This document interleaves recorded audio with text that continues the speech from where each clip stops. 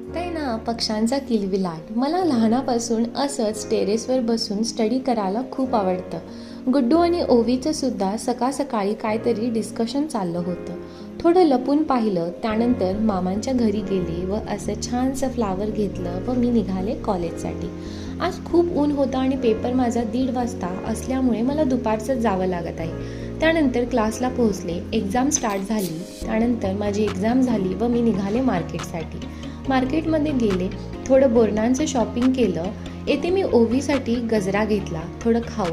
मी ओवीला गजरा उद्या पहिल्यांदा माळणार होते. मी ना तिला तयार करण्यासाठी खूप एक्सायटेड असते.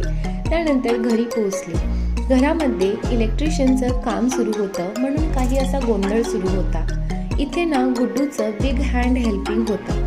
मध्ये काम कमी आणि खेळणं जास्त चाललं होतं. असं होता माझा दिवस.